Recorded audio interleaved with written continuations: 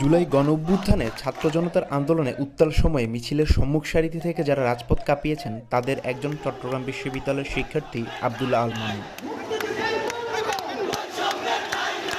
তার বুকে free quota or die এবং চাষার ছেলে চাষা কেন এমন রক্ত গরম করা বিপ্লবের নানান স্লোগান আগুন ধরিয়েছিল আন্দোলনকারীদের। শিক্ষার্থীদের উজ্জীবিত করা তার সেই ছবিগুলো দেশের গণ্ডি পেরিয়ে বিবিসির মতো আন্তর্জাতিক মিডিয়াতেও সাড়া ফেলেছিল।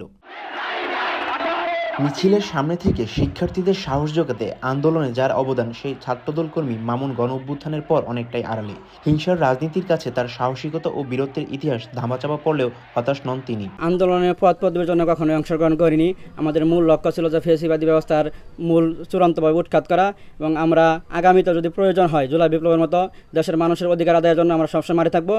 মামুনের আন্দোলনের শুরু মূলত চট্টগ্রাম বিশ্ববিদ্যালয়ের শহীদ মিনার থেকে, এরপর খালি গায়ে শুয়ে চট্টগ্রাম খাগড়াছড়ি মহাসড়ক অবরোধ, তারপর 5ই জুলাই থেকে ক্যাম্পাসের গণ্ডি পেরিয়ে নগরীর 2 নম্বর গেটে আন্দোলনের যোগদান। ওই সময় ছাত্রলীগ ও পুলিশি ভয়াবহ নির্যাতন সহ মৃত্যুর মুখোমুখি হতে হয়েছিল তাকে। নতুন লাক্স যা ত্বককে করে কোমল আর দেয় ব্রাইট গ্লো।